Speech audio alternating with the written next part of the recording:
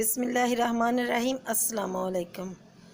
कैसे हैं आप सब लोग? अल्लाह ताला आपको हमेशा खुश रखे और उम्मीद करती हूँ कि आप खैर खैरियत से होंगे। आज मैं आपके लिए लेकर आई हूँ करेले दो प्याज़ा। ये बनाना भी बहुत आसान है। अगर इस तरीके से आप बनाएंगे ना तो बच्चे क्या बड़े बड़े क्या बच्चे भी शौक़ से खाएंगे।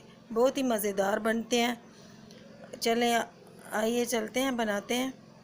ये आधा किलो करेले हैं। तो करेलों को सबसे पहले मैंने इनको थोड़ा सा नमक लगा के धो लिया था और छन्नी में रख दिया था।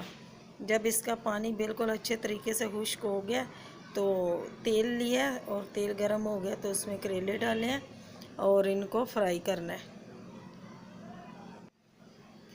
इनको हल्का गोल्डन ब्राउन होने तक फ्राई करना है और हल्की आंच पे करना है, तेज़ आंच पे नहीं करना, क्योंकि तेज़ आंच पे करेंगे ना तो करेले हमारे जल जाएंगे और अंदर से कच्चे रह जाएंगे और कड़वे रह जाएंगे। आप हल्की आंच पे इनको फ्राई करें।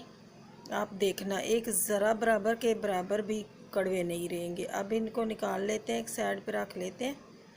निकाल के तो करेले सारे मैंने निकाल लिए। अब इसी तेल में जाएंगे प्याज, और प्याज को चार चार पीस में मैंने कट किया हुआ है। बड़े प्याज हैं। आप चाहें तो इनकी बड़े बड़े प्याज के टुकड़े काट के इनकी कलियां अलग कर लें, या फिर ये फ्राई होने जब फ्राई हो जाएंगे ना तो भी इनकी अलग अलग कलियां हो जाएंगी। छोटे प्याज नहीं डालिएगा, बड़े बड़े प्याज काटिएगा। अब इसी तरीके से बड़े बड़े टमाटर भी थोड़े से काट लीजिएगा, वो भी इसमें शामिल करेंगे और इन दोनों चीज़ों को हल्का सा फ्राई करना है। बस इनको बहुत ज़्यादा पकाना नहीं है और टमाटर भी खड़े खड़े रहें। और ये प्याज हमारे ये देखें इस तरीके से ये हो गए हैं, थोड़े से नरम हो गए, सॉफ्ट हो गए। अब हम इनको निकाल लेंगे और साइड पे रख लेंगे। ये बहुत मज़े के बनते हैं। आप ज़रूर एक दफ़ा ट्राई करके देखना कि यकीन माने कि बिल्कुल अलग सा इसका टेस्ट होगा और बड़ी यूनिक सी रेसिपी है। अब इसी तेल में हम प्याज डालेंगे जो बारीक बारीक कटे हुए हैं। आप चाहें तो इससे भी बारीक काट लेना। या इस प्याज को हम हल्का ब्राउन होने तक पकाएंगे और इसी में ही लहसुन के जवे जो है ना वो बारीक बारीक काट के डाल देंगे। हमें पिसा हुआ मसाला नहीं चाहिए, हम खड़े मसाले वाला ये करेले बनाएंगे। अब यही टमाटर इसमें डालेंगे बारीक कटे हुए। अब इसका मसाला भूनेंगे और मसाला इतना भूनना कि टमाटर प्याज लहसुन वगैरह सब ना घुल मिल जाए। अब इसमें नमक डालते हैं और नमक आप बिल्कुल कम डालिएगा, क्योंकि करेलों को नमक लगा के धोया हुआ है। ऐसा ना हो कि नमक तेज़ हो जाए। ये है हल्दी और ये ज़रा बराबर है, बस ज़रा बराबर लाल मिर्च पाउडर है।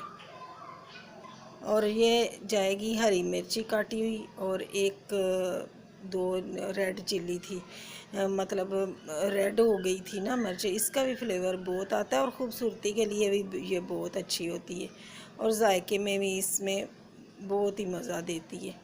थोड़ा सा पानी का छट्टा लगा लें और इसका मसाला भून लें। ये देखें जी मसाला हमारा भुन चुका है, तेल छोड़ गया मसाला। अब इसमें जो फ्राई किए हुए करेले हैं ना वो शामिल करेंगे। अब करेलों को थोड़ा सा भूनेंगे, इसको थोड़ा सा भून लेंगे और फिर इसको ना 2 से 3 मिनट के लिए ना ऊपर से ढक देंगे, ताकि ये मिर्ची वगैरह सारा जायका करेलों में भी आ जाए। ये देखें जी ऊपर से 2 मिनट के लिए मैंने ढके हुए थे। अब देखें जी अब ये करेले इतने मज़ेदार हो चुके हैं। अब इसमें ये जो टमाटर और प्याज फ्राई किया हुआ था ना ये शामिल करेंगे। बस अब करेले हमारे बिल्कुल तैयार हैं। इनको हिला लें। अब डिश आउट करते हैं।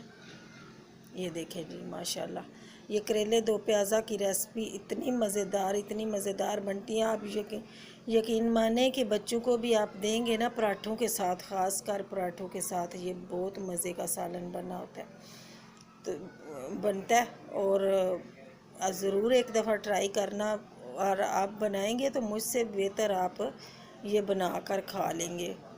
दुआओं में याद रखना। अल्लाह ताला आपको अपने हिफ्ज़-ओ-मान में रखे। दुआओं में याद रखना। फिर मिलती हूँ नई रेसिपी के साथ। तब तक के लिए अल्लाह हाफिज़।